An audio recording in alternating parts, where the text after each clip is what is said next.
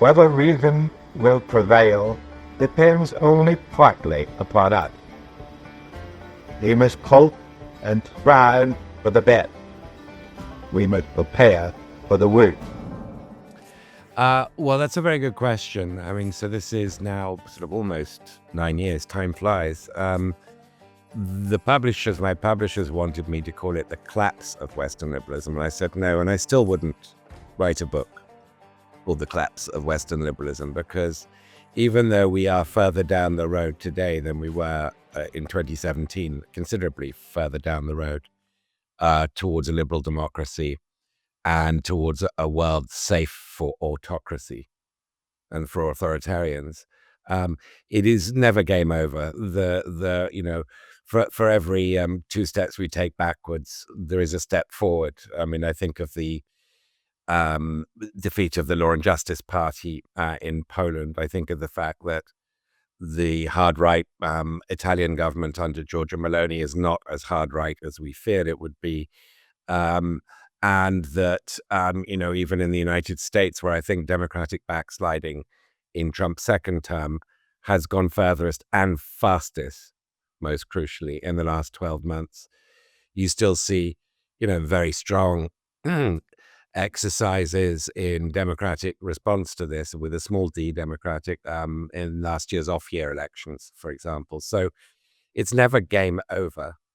And the tendency of publishers and headline writers to say, right, it's all over, is I think, one that should be resisted. This is a continual struggle that marks our generation, our age. Well, Brexit was, one of those things that sort of was identifying for people on both sides, remain and leave. It for a while was the equivalent of bringing up Trump at a Thanksgiving dinner. There's just no point in discussing this, because families would be divided, including mine, by the way. Temperature was just too high. Gradually, though, it's sort of morphed slowly, bit by bit, in the last few years into what I call regrets it.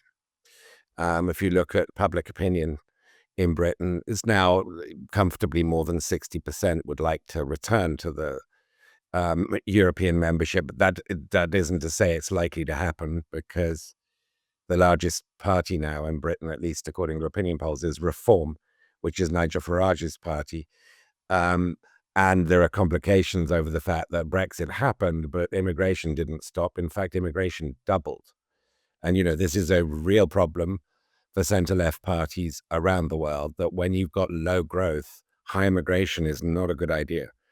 The politics of scapegoating and of zero-sum, blame shifting becomes much more live. And so the fact that Britain and the United States have not been able to get a grip on immigration inflows is a time bomb underneath the center left and the center right, for that matter, of politics as normal. So I'm giving you a slightly divergent answer, because there is still that regrets it thing, and there is still the sort of plain fact that Britain went from being, I think, the second fastest growing economy in the G7 after the United States, to now consistently the lowest growing in the G7. And people, I think, correctly attribute that to Britain divorcing itself from the largest market in the world on its doorstep. So I think the year 2000 in particular, that's the year that the negotiations for China's accession to the WTO are concluded, and I think it joins the next year. The late 90s, early 2000s, up to really, I guess, 9/11 is where we sort of mark the change, is that period of Western triumphalism, particularly the Anglo sort of English-speaking world's triumphalism, that not only had we won the Cold War, but that we had produced the model that everybody else should aim for. And that this model involved gradual democratization as you move up the value-added chain. Because the more you get from manufacturing into services, the more freedom of thought and debate you need to generate the creative ideas that sustains a service-led economy. And that was a sort of a teleological, I think ideological view of history. Teleological is, the idea that we've got a single destination, from the Greek telos, and it in retrospect looks like a hopelessly naive, ideologically tinted view of how the world actually works, which is a lot messier. Um, would we have refused China entry?